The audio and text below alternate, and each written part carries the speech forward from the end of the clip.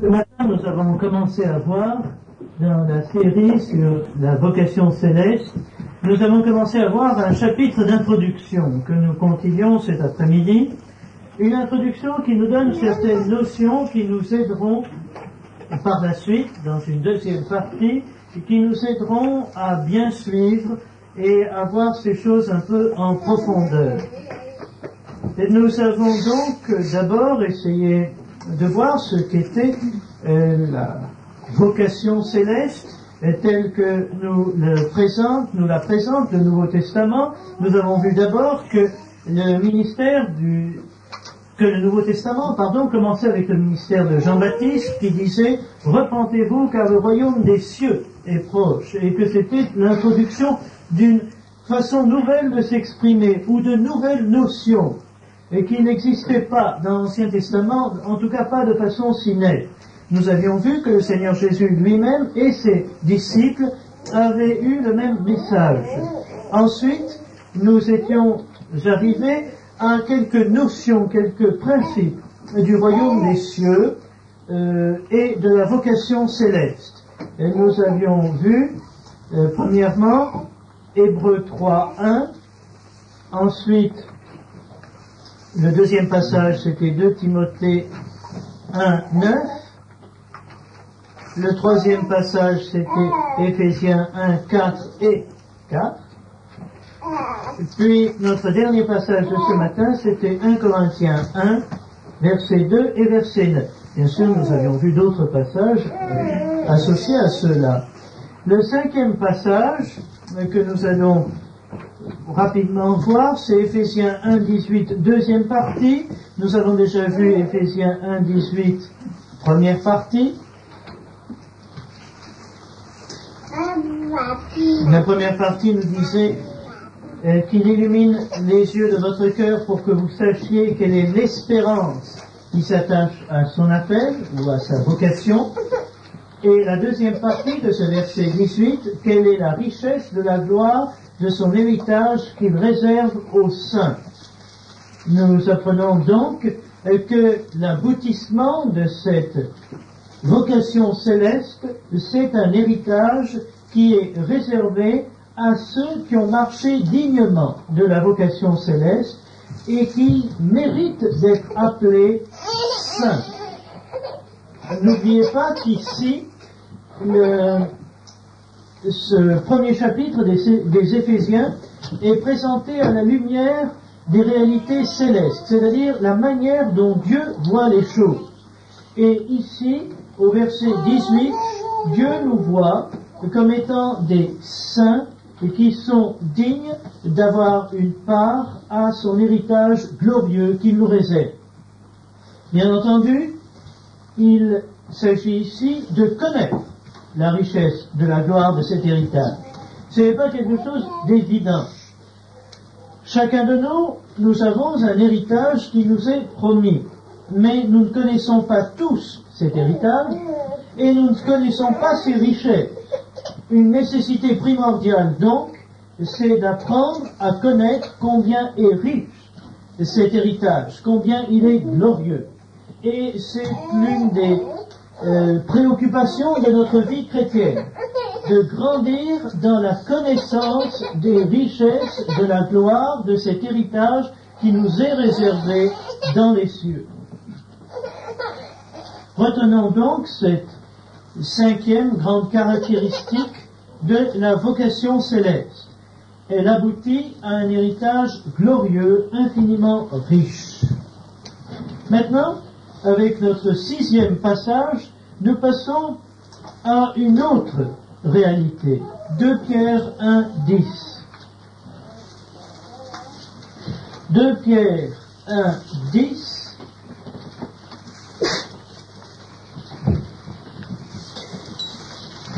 Ce verset fait suite à des recommandations très précises et qui parlent de fuir la corruption qui existe dans le monde par la convoitise, de faire tous nos efforts pour grandir spirituellement, pour nous enrichir moralement, pour devenir pleinement participants de la nature divine.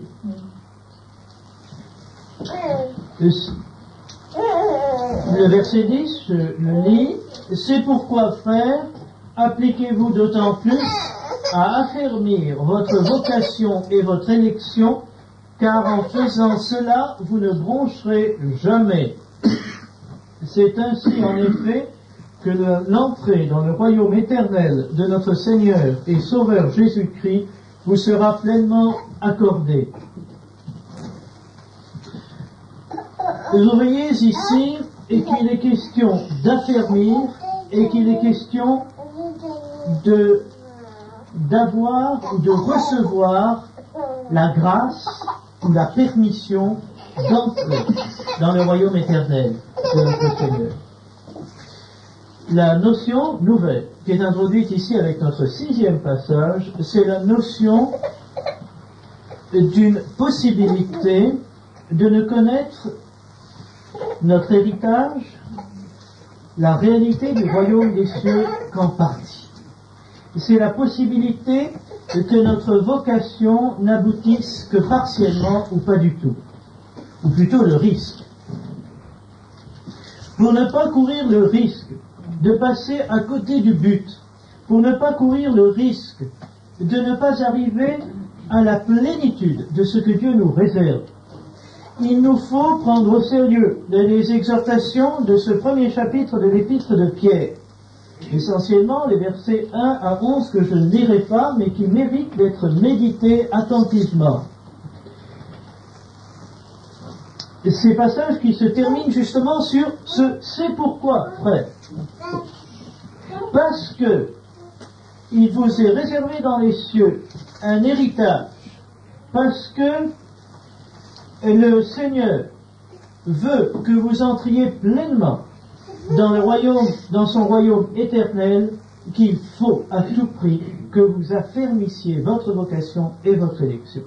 Alors, essayons de voir de plus près les termes qui sont employés dans ces deux versets. D'abord, appliquez-vous. Appliquez-vous signifie faire un effort, ou plutôt des efforts, et des efforts suivis, persévérants. Faire des efforts et des efforts disciplinés, ordonnés, sérieux. Non pas un jour un effort, le lendemain plus d'efforts. Non pas pendant un certain temps beaucoup d'efforts et ensuite on se repose. Mais il s'agit d'efforts suivis, d'efforts continus et d'efforts minutieux. Parce que appliquez-vous dénote une attention dans ce qu'on fait, une minutie, un sérieux, du bon et du beau travail. Jusqu'au détail. On ne fait pas les choses vaguement, en gros, mais on s'attache même aux détails. Appliquez-vous. Ce qui veut dire dans tous les détails de votre vie, dans vos pensées, vos sentiments, vos mobiles cachés, dans tous vos comportements, vos attitudes, vos réactions, quel que soit le milieu dans lequel vous vous trouvez, quel que soit l'âge que vous avez, la condition dans laquelle vous êtes, tout avec minutie, discipline, persévérance. Ensuite, vous avez l'autre verbe. Appliquez-vous à quoi?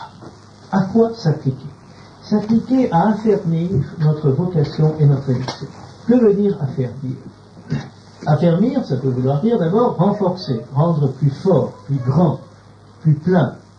Mais ça veut dire aussi assurer, s'assurer quelque chose. Et je suis persuadé que ces deux notions sont ici dans ce verset. D'abord, accroître. C'est-à-dire que vous viviez la vocation céleste, vous répondiez à l'appel céleste de façon la plus pleine possible. Et mobilisez tous les aspects, tous les compartiments de votre être dans cette vocation.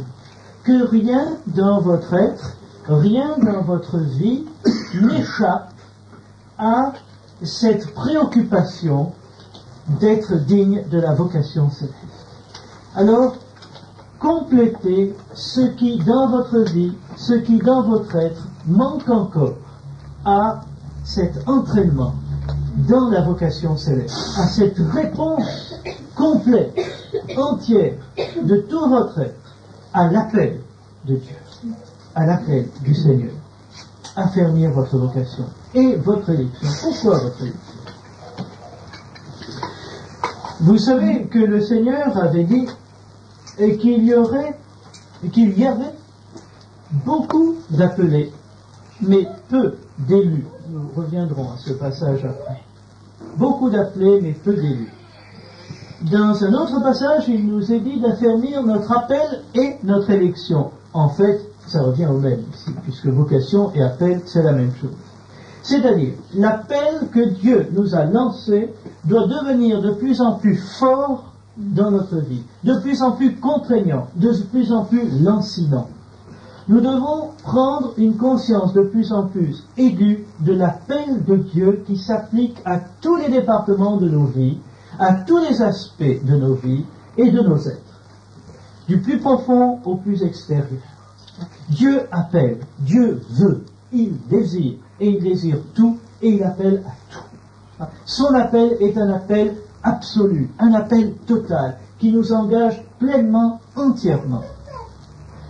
Ainsi, affermir notre vocation, c'est tout faire pour rester sensible à l'appel de Dieu et répondre de plus en plus à cet appel. Deuxièmement, votre élection, eh bien, nous avons été élus en Jésus-Christ. Et nous étudierons l'épître aux Éphésiens, en partie du moins, pour bien comprendre ce que signifie cette élection.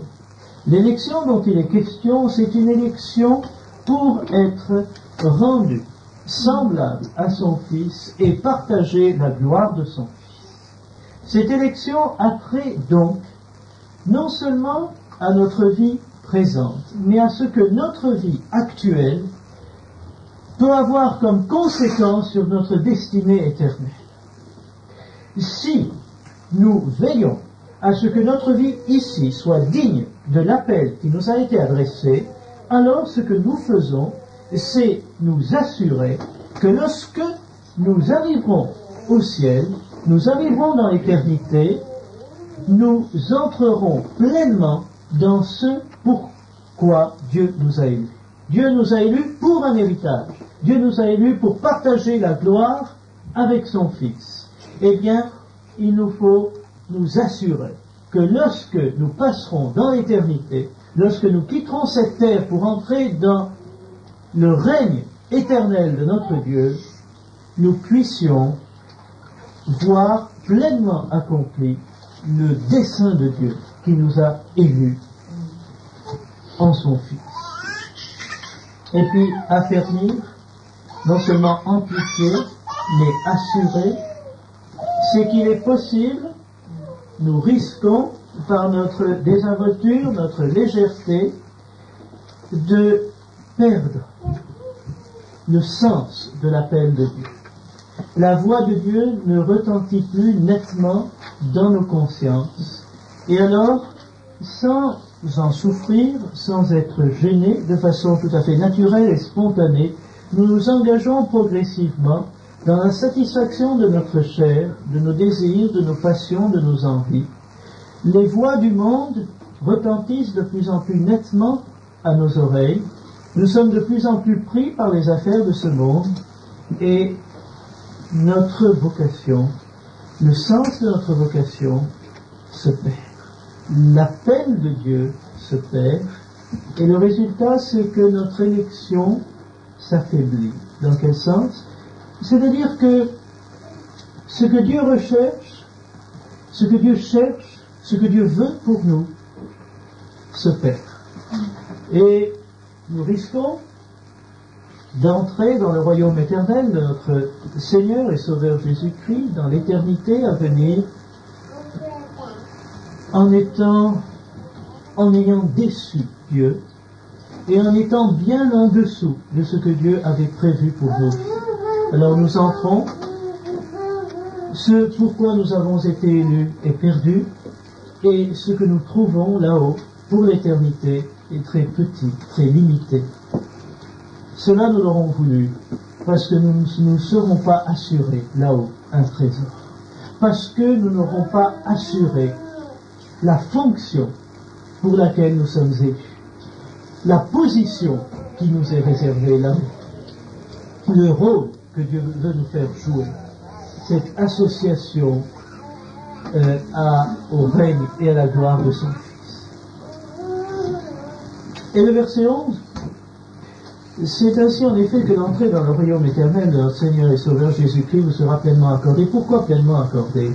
Parce que vous avez ici la notion du royaume éternel du Seigneur et Sauveur Jésus-Christ, non pas dans le sens il y en aura qui entreront au ciel parce qu'ils sont sauvés sans problème, d'autres devront discuter pour pouvoir rentrer, et d'autres encore n'y entreront qu'à moitié, ils seront à moitié sauvés, à moitié perdus. C'est pas du tout ça la notion, c'est absurde de penser ainsi, mais la notion ici est très nette et claire. La notion est la suivante: nous entrerons dans la destinée que Dieu nous réserve, nous entrerons dans la réalisation du plan de Dieu pour nos vies, partiellement ou pleinement. Ou bien nous arriverons là-haut et nous n'aurons qu'en partie ce qui nous était destiné, ou pas du tout. Ou alors nous arriverons là-haut et nous entrerons pleinement dans ce qui nous est destiné. Je vous conseille, pour mieux apprécier ces versets 10 et 11, de lire tout le chapitre et de le méditer. Parce qu'en remettant ces deux versets dans le contexte de ce chapitre entier, nous comprenons mieux l'urgence de ces paroles. La nouvelle notion donc que nous venons de trouver dans ce passage, ce 6e passage de Pierre 1, versets 10 et 11, c'est cette notion de la possibilité ou du risque que nous courons si nous ne nous conduisons pas vraiment dignement de la vocation qui nous est adressée, le risque que nous courons donc de perdre ce pourquoi Dieu nous a élus, ce à quoi Dieu nous a appelés, le perdre complètement ou en partie. Maintenant, nous passons à une 7e série de passages. Pardon. D'abord, 1 Timothée 6, 12.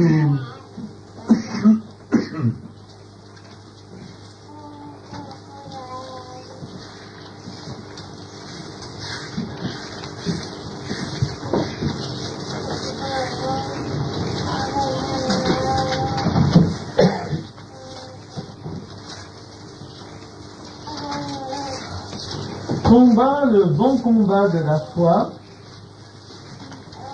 saisis la vie éternelle à laquelle tu as été appelé et pour laquelle tu as fait une belle confession en présence d'un grand nombre de témoins. Quand on lit un passage pareil, on peut passer très vite dessus et se dire, oui, il est question ici de la vie éternelle, c'est-à-dire le salut en Jésus-Christ, nos péchés sont pardonnés, nous allons au ciel, nous héritons de la vie éternelle, oui, pas de problème, et nous passons au verset suivant. Seulement, ce verset mérite plus qu'une réflexion rapide, parce que si nous essayons de réfléchir sur le sens de ce verset, nous nous rendrons vite compte qu'il n'est pas si clair que cela, et qu'il demande un peu de réflexion et une certaine méditation. Qu'est-ce que ça veut dire, saisis la vie éternelle à laquelle tu as été appelé? Qui a été appelé à la vie éternelle? Chacun de nous, c'est évident.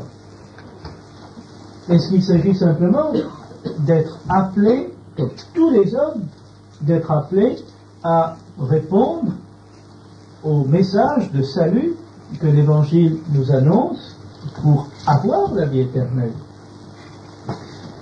Cette épître ne s'adresse pas à un inconverti, elle s'adresse à un enfant de Dieu et à l'un des principaux dirigeants des églises du temps de l'apôtre Paul. Et de quelle église? Ici, il s'agissait de l'église d'Éphèse. Ainsi, ici, nous saisissons, c'est le cas de le dire, nous saisissons que ce verset, ce mot saisi, ce verbe saisi, et cette expression, la vie éternelle, ont un sens plus fort que ce que nous pensons à première lecture. On pourrait paraphraser ainsi: saisis la vocation qui t'est promise dans l'éternité, ou saisis la place qui t'est réservée dans la vie éternelle. On peut dire qu'ici, ce verset est exprimé de manière très concise. C'est une idée qui est exprimée de manière très concise et qu'il faudrait ajouter un ou deux mots pour bien saisir ce que cela veut dire. Saisis donc ce que Dieu te destine dans l'éternité. Cette vocation qui t'est réservée, cette carrière, cette position, cette place, ce rôle, cette fonction qui t'est réservée dans l'éternité. Et quelle est ta carrière ici sur terre? Quelle est notre carrière? Quelle est notre vocation ici sur terre? Il y a le domaine professionnel, il y a le domaine familial, il y a notre service dans l'assemblée pour le Seigneur. C'est sans doute important, mais qu'est-ce que c'est au regard de l'éternité? Ce n'est rien du tout. Notre véritable carrière, c'est la carrière éternelle. Notre véritable vocation, c'est la vocation éternelle. Ici donc, nous sommes en stage de formation. Nous sommes à l'école. Bien que nous ayons l'impression, certains d'entre nous, étant adultes, ayant une profession, une famille, etc., d'être engagés dans ce qu'on appelle la véritable vie, ayant les vraies responsabilités de la vie. C'est faux, ce n'est qu'une apparence, ou plutôt ce n'est qu'un apprentissage. Les véritables responsabilités, c'est plus tard. Aujourd'hui, ici, sur cette terre, nous sommes considérés par Dieu, par le ciel, comme étant des enfants qui apprennent. Et comme étant des hommes et des femmes, des enfants de Dieu, qui n'ont que des responsabilités temporaires pour faire leur preuve, ou pour être mis à l'épreuve. Vous rappelez la parabole des mines ou des talents. C'est une parabole fondamentale si nous voulons comprendre ce que nous faisons ici sur cette terre. Des mines, des talents sont donnés à des serviteurs du maître, et un jour vient où il leur fait rendre compte, et c'est sur la gestion de ce qu'il leur a confié temporairement que leur carrière définitive est décidée. Bon et fidèle serviteur, tu as été fidèle en peu de choses, tu seras établi sur 10 villes ou 5 villes, et ainsi de suite. Qu'est-ce que c'est 10 talents en comparaison de 10 villes? 10 talents, ce n'est rien du tout. Pourtant, c'est une somme. Enfin, disons, ce n'est rien du tout par rapport à 10 villes. Et c'est encore infiniment plus, ridicule de comparer notre carrière et notre vie ici-bas avec ce qui nous attend dans l'éternité. C'est pourquoi il vaut la peine de risquer sa carrière ici-bas, de risquer sa vocation ici-bas.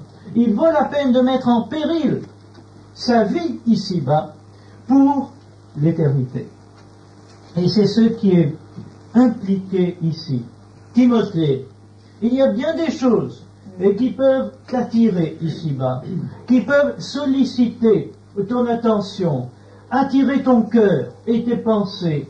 Il y a bien des choses qui peuvent avoir de la valeur ici-bas. Mais Timothée, ne t'en saisis pas, détourne-toi de ces choses ou ne les laisse pas te saisir. Saisis la vie éternelle et laisse-toi prendre complètement happé par les choses éternelles, par la vie éternelle. Et vous remarquez, c'est pour cette vie éternelle que tu as fait une belle confession en présence d'un grand nombre de témoins. Qu'est-ce que ça veut dire? Oh, vous direz, c'est à son baptême, ou c'est un moment où il a, devant l'Église, rendu témoignage de son désir de suivre le Seigneur. C'est vrai, mais c'est plus que cela. Qu'est-ce qu'elle implique, cette confession si belle, en présence d'un grand nombre de témoins? Elle implique, comme cela était le cas à cette époque, et le sera à nouveau bientôt pour nous ici. Elle implique se livrer à l'ennemi. Elle implique s'exposer à des autorités qui persécutent tous ceux qui prennent position pour le Seigneur. Ici, faire la belle confession en présence d'un grand nombre de témoins, c'est dire je prends position et je déclare publiquement que je vais suivre le Christ. Ceci, je le sais, va me faire ruiner toute carrière que j'aurais envisagée dans ce monde. Ceci va entraîner la perte de mes anciens amis. Ceci va me susciter l'hostilité de ma famille. À cause de ceci, je vais être persécuté. À cause de ceci, je souffrirai et je n'aurai pas une vie heureuse, comme les hommes l'entendent, ou en tout cas paisible sur cette terre. À cause de ceci, je perds tout. Mais c'est pour cette vie éternelle qu'il l'a fait. Parce que il ne s'attachait pas aux choses d'ici-bas, mais aux réalités éternelles. Et voyez-vous ici, nous avons cette notion que s'attacher aux réalités célestes, c'est ce qui doit être notre préoccupation constante. Et l'attachement aux choses de la vie éternelle, l'attachement aux réalités célestes nous coûtera les réalités terrestres. Le verset 11,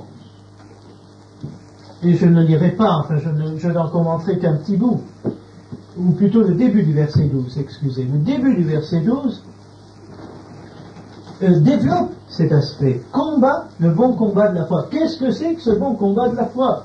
Alors vous direz, le bon combat de la foi, c'est annoncer l'évangile pour que les perdus soient sauvés. C'est vrai, c'est ça. Mais le bon combat de la foi, c'est également lutter contre tout ce qui, essentiellement en nous, nous amène à douter que ça vaille la peine de tout perdre pour la vie éternelle. De nous opposer, de refuser, de résister à tout ce qui en nous se lève pour nous dire tu es fou. Sois ami du monde et du Seigneur. Tire le meilleur parti des deux côtés. Nul ne peut servir de maître. Car où il aimera l'un et haïra l'autre. Il s'attachera à l'un et haïra l'autre. Nul ne peut servir Dieu et Mammon. Combat, le bon combat de la foi. Et vous remarquez cette notion de foi qui apparaît ici pour la première fois dans nos passages concernant la vocation céleste. Et nous verrons, à mesure que nous avancerons, que la foi, c'est beaucoup plus que ce que nous pouvons avoir cru jusqu'à présent, et c'est à la fois un principe fondamental de la vocation céleste. Combat, le bon combat de la foi.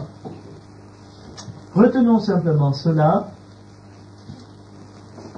Nous avons Philippiens 3, 14, qui est l'autre passage, avec Hébreux 3, 1, l'autre passage dans lequel nous avons l'expression la vocation céleste. Philippiens 3, 14.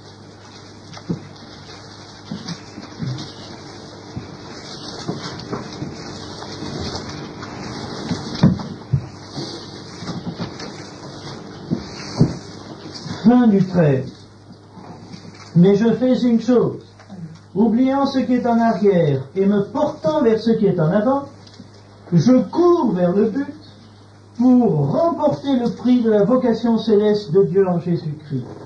Il y a quelque chose à gagner, il y a quelque chose à remporter, il y a un prix à la vocation céleste. Vous me direz, un prix? N'est-ce pas quand même irrespectueux quand il s'agit des choses de Dieu? Je n'y peux rien. C'est le vocabulaire qui est utilisé. Ce qui doit retenir notre attention et nos pensées dans cette expression « le prix », c'est surtout qu'il y a quelque chose à saisir, quelque chose qu'il nous faut rechercher et obtenir à tout prix, c'est le cas de le dire, pour remporter le prix de la vocation céleste de Dieu en Jésus-Christ. Il y a donc un effort, une sorte de compétition, un effort soutenu, un effort persévérant, un effort intense qui doit nous porter vers ce qui est en avant. Et qu'est-ce qui est en avant? Eh bien, ce qui est en avant, c'est-à-dire ce qui se profile à l'horizon de la fin de notre course, c'est ce prix de la vocation céleste de Dieu en Jésus-Christ, qui se trouve où? Au but. Alors, est-ce qu'il y a une différence entre le but et le prix? Nous reverrons cela plus tard. Mais j'insiste simplement, il y a un prix qui est attaché à cette vocation céleste. Et c'est pourquoi cette vocation céleste est appelée ailleurs une course, effectivement. Une course, et ceux qui courent ont les yeux fixés sur le prix. La course en elle-même n'est pas importante, elle n'a de valeur que dans la mesure où elle aboutit à un but et à un prix. Eh bien, notre vie chrétienne ne prend sa valeur que dans la mesure où elle aboutit à quelque chose de glorieux, à cet héritage qui nous est réservé dans le ciel, qui ne se peut ni corrompre, ni souiller, ni flétrir, comme nous dit la première épître de Pierre, qui est un prix glorieux qui, pour l'apôtre Paul, valait tout. Il a tout perdu pour obtenir ce prix. Mais il y a une possibilité ou un risque, selon la manière dont ceci est exprimé. Il y a un risque de ne pas remporter le prix. Il y a le risque de s'être lassé, de s'être arrêté en chemin, de ne pas avoir fourni tout l'effort nécessaire. Et vous le savez, ce qui est important dans le cas d'un athlète et qui est engagé dans une course, ce n'est pas, ou alors dans le cas d'un étudiant qui prépare un examen ou un concours, ce n'est pas tellement la somme de travail abattue, c'est beaucoup plus de pouvoir tenir jusqu'au bout. En général, c'est l'usure qui fait la sélection, la fatigue qui fait la sélection. Celui qui persévérera jusqu'à la fin sera sauvé, dit le Seigneur. C'est une notion qui revient constamment dans la parole de Dieu. Persévérer, tenir jusqu'au bout, ne pas s'arrêter en route, ne pas se lasser avant d'avoir atteint le but. Et croyez-moi, la parole de Dieu enseigne, et c'est un fait d'expérience, qu'à mesure que notre vie avance et que notre progression dans la vocation céleste se poursuit, se développe, il y a des moments où le danger, le risque de lassitude, de découragement, le risque de baisser les bras, au moins pour un temps, ce risque-là grandit, ce risque reste, demeure. Ce n'est pas parce que nous avons fait beaucoup de progrès, nous avons beaucoup avancé spirituellement, que nous ne serons jamais à l'abri de la lassitude, et du ralentissement de la lutte. L'apôtre Paul dit dans l'épître aux Hébreux ceci, et nous y reviendrons plus tard, mais enfin, dès maintenant, au verset 39 du chapitre 10, je vous le lis, ce n'est pas la peine de le chercher, nous ne sommes pas de ceux qui se retirent pour se perdre, mais de ceux qui ont la foi pour sauver leur âme. Ou au verset 36 du même chapitre 10 des Hébreux, car vous avez besoin de persévérance, afin qu'après avoir accompli la volonté de Dieu, vous obteniez ce qui vous est promis. Oui, il y a quelque chose qui nous est promis, et nous pouvons dire c'est le prix de la vocation céleste. Ça nous est promis, mais nous pouvons ne pas l'obtenir. Nous avons donc besoin de persévérance. Nous avons sans doute accompli la volonté de Dieu dans une certaine mesure dans le passé, ça ne suffit pas, il faut continuer et l'accomplir davantage. D'où la nécessité d'un moral de fer. Le moral Voilà une clé de notre marche et de notre vocation céleste. Nous ne devrions jamais tolérer la baisse de notre tonus, la baisse de notre morale. C'est ce qui est le pire. C'est ce qui peut nous arriver de plus nocif. Parce que quand le moral baisse dans notre marche avec le Seigneur, à ce moment-là, nous devenons vulnérables à tout. La puissance de l'ennemi se déchaîne, fait rage autour de nous. Et nous retrouvons, avant même que nous en ayons pris conscience, nous nous retrouvons environnés, serrés de près par des tentations, par le péché. Nous nous retrouvons dans des situations auxquelles nous n'aurions jamais rêvé et qui sont dues au fait que nous avons baissé les bras, nous sommes lassés un moment, nous sommes fatigués en route et nous sommes partis rapidement à la dérive. Veillons sur notre morale.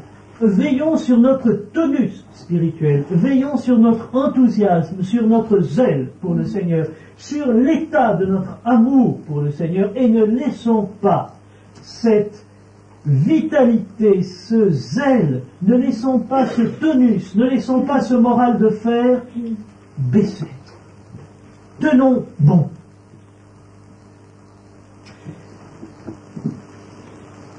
Colossiens 2,18 dit un peu la même chose, qu'aucun homme, sous une apparence d'humilité et par un culte des anges, ne vous ravisse à son gré le prix de la course. L'autre danger, premier danger, c'est la lassitude, c'est de baisser les bras, c'est de laisser s'effriter ce moral de fer. L'autre danger, c'est de nous laisser entraîner par de fausses doctrines, soit de fausses doctrines concernant la personne du Seigneur Jésus, concernant les fondements de la foi, soit des fausses doctrines, et celles-là sont encore plus nombreuses, concernant la vie chrétienne tout simplement, la sanctification tout simplement. Nous savons qu'il existe aujourd'hui une fausse doctrine qui concerne la vie chrétienne simplement. Ceux qui professent cette fausse doctrine ne nient ni la divinité du Christ, ni le salut par la foi, ils ne nient rien des fondements de la foi, et c'est pourquoi nous sommes très facilement pris au piège. Mais ce qu'ils rejettent, c'est la sanctification telle qu'elle est enseignée dans la parole de Dieu, la sanctification par la discipline, la sanctification par la souffrance, la sanctification par la mobilisation de toutes nos volontés et nos énergies, la sanctification qui n'est pas quelque chose de passif, qui se fait par à-coups et par des miracles de Dieu, mais qui est quelque chose de régulier, une construction suivie. Cette fausse doctrine, ce faux enseignement, disons, c'est celui, enfin, il y a diverses variétés, mais disons, c'est celui qui consisterait à dire, nous n'avons pas besoin de plus de consécration, de plus de sérieux dans notre vie de prière, de plus d'attachement à la personne du Seigneur, mais ce dont nous avons besoin, c'est de crier à Dieu pour qu'il nous envoie une expérience, ou qu'il fasse un miracle dans notre vie. Ah, si vous faites cette expérience, vous verrez, tout ira bien, tout changera dans votre vie spirituelle. Ainsi, nous n'avons plus, il n'est plus indispensable de nous réconcilier avec les frères que nous avons offensés. Et il n'est plus indispensable d'obéir au Seigneur. Il n'est plus indispensable non plus d'être régulier dans notre vie de prière, puisque nous faisons cette expérience, que nous cherchons à en faire d'autres. Nous avons trouvé un raccourci, nous avons trouvé le système le système, une formule magique, si vous voulez, pour la sanctification sans faire. C'est la mentalité d'aujourd'hui, et ceux qui enseignent cela enseignent ce que le peuple de Dieu voudrait entendre. C'est pourquoi un enseignement pareil entraîne à prendre ses distances par rapport à la parole de Dieu. Éloigne de la parole de Dieu, parce que la parole de Dieu est trop en contradiction avec cet enseignement-là, parce que la parole de Dieu met mal à l'aise le pécheur désobéissant et rebelle. Tandis que ces enseignements-là le rassurent. Oh, c'est pas la peine de me fatiguer. en un instant, j'arriverai au but. En très peu de temps, je ferai un bond vers le prix de la vocation céleste.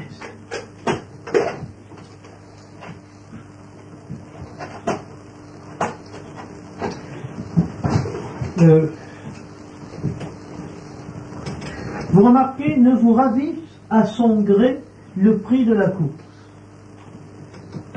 C'est affreux, c'est monstrueux, mais c'est bien la volonté de ceux qui enseignent de telles doctrines, qui donnent de tels enseignements. Ils n'en sont peut-être pas conscients fondamentalement, mais c'est bien le dessein de Satan qui les manipule. Nous ravir le prix. C'est-à-dire nous faire rater notre vie, nous faire manquer ce que Dieu nous réserve. Et ce qui est plus grave, faire manquer à Dieu ce qu'il recherche dans nos vies. Empêcher Dieu d'avoir ce qu'il veut avoir dans nos vies. Est-ce croyable? Si c'est possible. Parce que Dieu a voulu, et c'est là toute l'histoire de l'humanité, Dieu a voulu se limiter dans ses relations avec l'homme à la liberté de choix de l'homme. Dieu nous a créés hommes, il ne nous a pas créés anges, et c'est la raison pour laquelle nous avons pu choisir, Adam a pu choisir de pécher. Et nous pouvons choisir de nous perdre plutôt que de nous sauver. Nous pouvons choisir de perdre le prix de la vocation céleste plutôt que de le remporter. C'est parce que nous sommes hommes. Et c'est là la définition spirituelle de l'homme, ou morale de l'homme. C'est une créature à qui Dieu a laissé un libre choix. Vous direz, oui, mais je ne choisis jamais librement, il y a le milieu, il y a ceci, il y a cela. C'est l'enseignement propagé aujourd'hui par l'ennemi.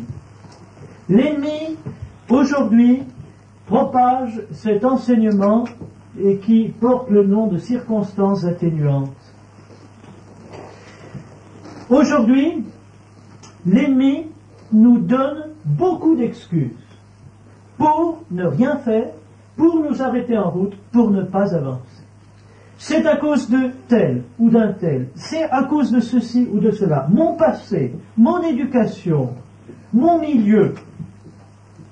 Non, ceci ne compte pas aux yeux de Dieu. Parce que Dieu est plus grand que notre milieu.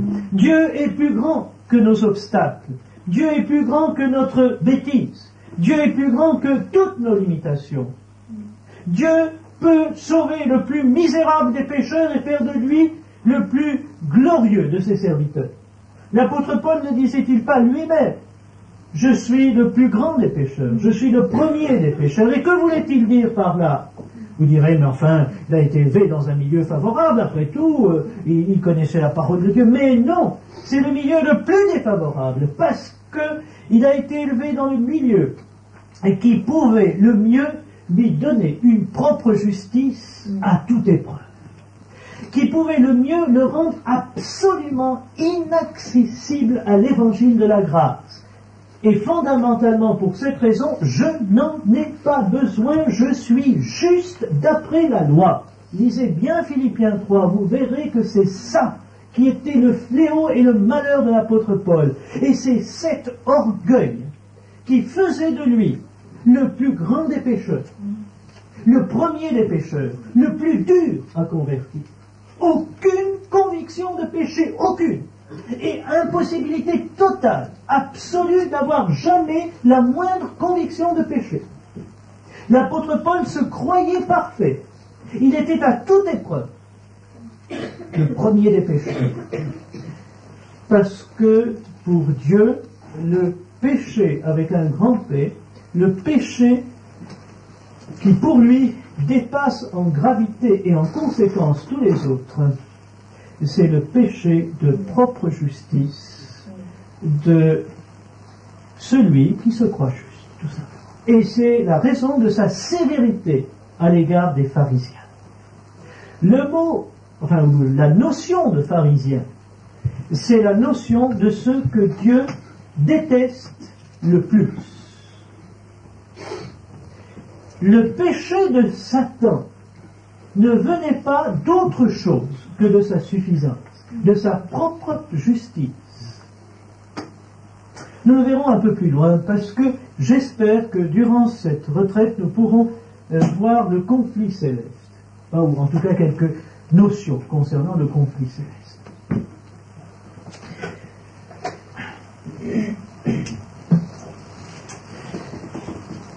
2 Thessaloniciens 1:11 pour terminer cette 7e série de passages. 2 Thessaloniciens 1:11.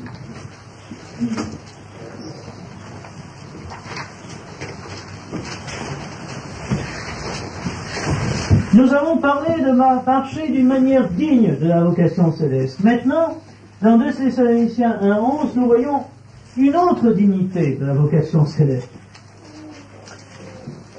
C'est pourquoi aussi nous prions continuellement pour vous, afin que notre Dieu vous juge digne de la vocation, et qu'il accomplisse par sa puissance tous les desseins bienveillants de sa bonté, etc. Vous voyez l'aboutissement, pour que le nom, verset 12, de notre Seigneur Jésus soit glorifié en vous, et que vous soyez glorifiés en lui. Il y a ces deux aspects, que nous marchions d'une manière digne de la vocation, si vous voulez, pour glorifier le nom de notre Seigneur Jésus, pour un témoignage qui glorifie le Seigneur, et aussi pour participer à sa gloire et être glorifié avec lui plus tard. Mais ce qui me fait choisir ce passage, ce qui m'a frappé dans ce passage, c'est qu'ici c'est Dieu qui nous juge dignes. Marcher dignement de la vocation céleste, eh bien, ceci est relatif. C'est relatif parce que ça correspond à la lumière que nous avons reçue. Ça correspond à l'état d'avancement de l'œuvre de notre sanctification. Ça correspond à ce que nous avons comme degré de connaissance du Seigneur. Alors, à tel moment, par rapport à ce que nous connaissons du Seigneur, par rapport à la lumière reçue, à la grâce reçue, Dieu peut nous dire, tu ne marches pas dignement de la vocation céleste. Il nous reprend et nous nous ressaisissons. Mais ici, il est question de l'aboutissement. Pour que Dieu vous juge digne de la vocation. C'est-à-dire, c'est le regard de Dieu qui est satisfait. Eh bien, dans cette série de passages, il y a toujours un risque. Et le risque, c'est ici, que Dieu ne nous juge pas de la vocation. C'est-à-dire qu'arrivé au bout de notre vie, Dieu dise, non, vous n'êtes pas digne de ce à quoi je vous ai appelé, et qu'il nous mette dans une position, dans une situation, une place secondaire. À ce moment-là, il sera trop tard pour aller plus haut, pour la promotion. À ce moment-là, vous savez ce qu'il est dit du serviteur infidèle, pleurs et grincements de dents. Ce que cela signifie exactement, c'est difficile à le dire, ce ne nous est pas révélé, mais nous savons que le tribunal de Christ est une réalité, il est présenté avec vigueur dans la parole de Dieu, et si le tribunal de Christ signifie quelque chose, c'est bien que les enfants de Dieu auront des comptes à rendre et que le Seigneur aura des sanctions à prendre. Qu'il disposera dans son royaume ses enfants en fonction de la vie qu'ils auront menée ici-bas. Nous ne serons pas au ciel plus ou plus considérés ou plus parfaits que le niveau de perfection et de considération aux yeux de Dieu que nous aurons atteint ici sur cette terre. C'est ici sur cette terre que se joue notre destinée future. Aussi bien pour le salut tout court que pour la vocation céleste.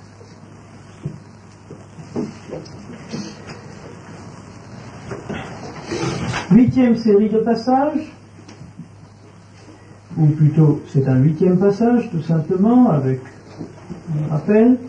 Romains 8, 28 à 30.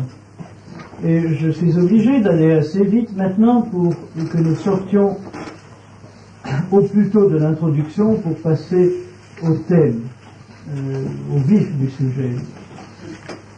Romains 8. 28. Passage bien connu, mais nous ne pouvons pas en faire l'économie dans notre progression. Romains 8, 28 à 30.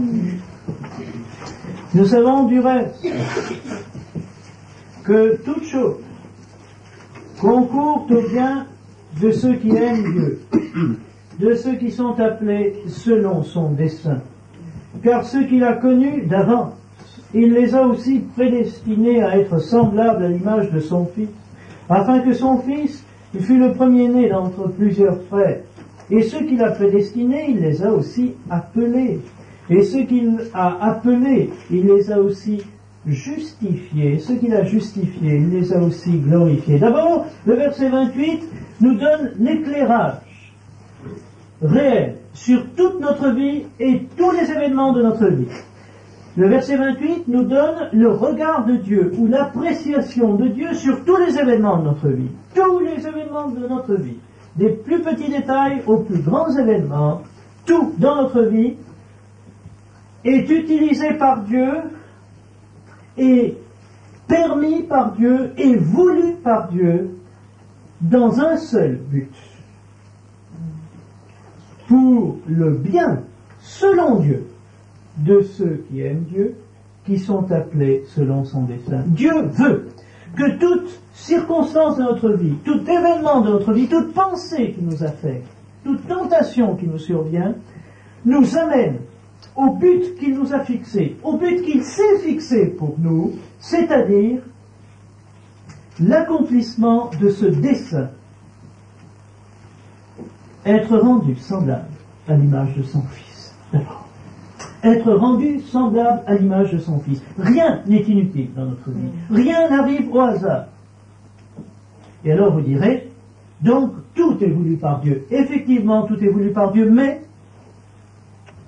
il faudrait préciser. Tout est voulu par Dieu, mais il y a des choses que Dieu veut malgré lui pour notre vie. Je m'explique. Si nous sommes vraiment entiers pour le Seigneur, si nous sommes vraiment persévérants, si nous avons été saisis par le sérieux de notre vocation céleste et que nous nous y adonnons pleinement, alors ce qui nous arrivera sera le meilleur de la volonté de Dieu pour nous. Mais si, à un moment ou à un autre, ou régulièrement, ce qui arrive aussi, nous sommes rebelles, nous sommes hésitants, nous ne sommes pas entiers, alors le châtiment intervient. Alors des événements interviennent que Dieu n'aurait pas voulu, mais qu'il est obligé de nous faire venir, de faire intervenir dans nos vies pour nous apprendre certaines bonnes leçons. Dieu, ce n'est pas de gaieté de cœur qui nous châtie, qui nous reprend, et qui nous envoie des ennuis et des difficultés, et qu'il est obligé parfois de nous traîner jusqu'au seuil de la mort. Mais c'est pour que nous rentrions en nous-mêmes, que nous nous repentions et que nous nous décidions enfin à le suivre d'un cœur entier. Mais Dieu gradue ces réprimandes, ces châtiments. Il les gradue. Et si nous nous laissons reprendre, quand Dieu nous corrige faiblement, il n'aura donc pas besoin de nous corriger avec plus de sévérité, plus de brutalité. Toute cette pensée, toutes ces notions, nous les trouvons dans 1 Corinthiens 11, par exemple, et dans l'Épître aux Hébreux, Hébreux 12. Dans Hébreux 12, il est question du châtiment. Supporter le châtiment, c'est comme des fils que Dieu vous traite. Quel est le fils qu'un père ne châtie pas? Et puis plus loin, Dieu nous châtie pour notre bien, afin que nous participions à sa sainteté. Vous pouvez prendre la référence, c'est Hébreux 12, à partir du verset 4 et jusqu'au verset 11, et puis le verset qui dit « Dieu nous châtie pour notre bien afin que nous participions à sa sainteté », c'est le verset 10, donc Hébreux 12, 4 à 11. Et vous, si vous lisiez ce passage, mais je ne vous demande pas de vous y reporter, sinon nous perdrions du temps, la suite de ce passage, c'est le verset 12 qui dit « Fortifiez donc vos mains languissantes et vos genoux affaiblis ». Le découragement est considéré, la perte du moral de fer est considérée ici comme quelque chose de si grave que ça mérite le châtiment de Dieu. Dans la mentalité des hommes du XXe siècle, surtout, le découragement, l'abattement, ils sont considérés comme des choses contre lesquelles on ne peut rien.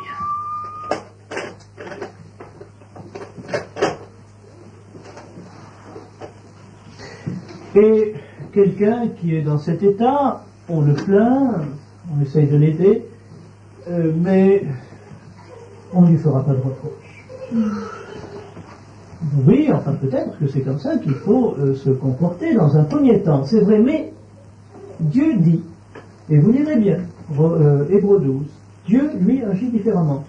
Pour ceux qui sont vis-à-vis de ceux qui se lassent, qui perdent le moral, qui se laissent abattre, décourager, et tout ce que cela entraîne, et tout ce que cela ouvre comme possibilité pour l'ennemi, cela, Dieu les châtie, pour leur bien.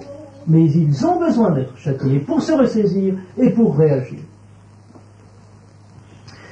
Mais revenons à notre Romains 8, 28. Tout contribue à ça. Mais attention, je lis lentement le verset 29. Je me demande si nous l'avons jamais compris comme cela. Et je relis lentement le verset 29. Écoutez bien. Car ceux qu'il a connus d'avance, c'est-à-dire ceux que Dieu a connus d'avance, il les a aussi prédestinés à être semblables à l'image de son Fils.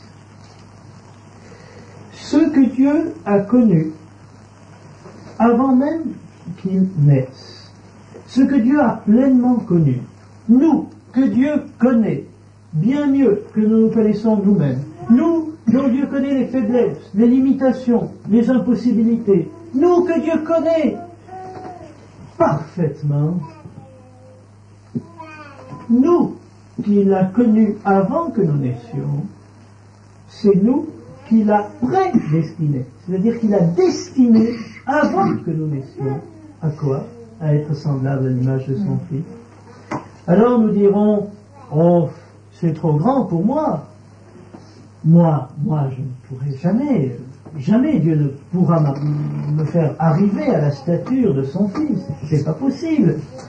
Vous ne vous rendez pas compte, je suis comme ceci, je suis comme cela. Vous ne me connaissez pas, vous ne savez pas qui je suis. Vous êtes différent.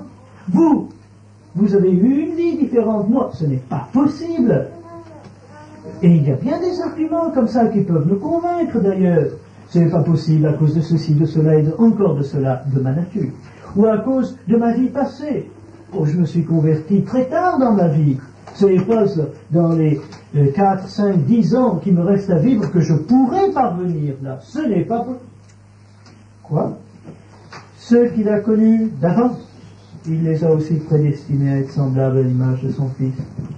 C'est vous que Dieu connaît très bien tel que vous êtes, que Dieu veut amener à l'image de son Fils. C'est Dieu vous connaît mieux que vous vous connaissez vous-même.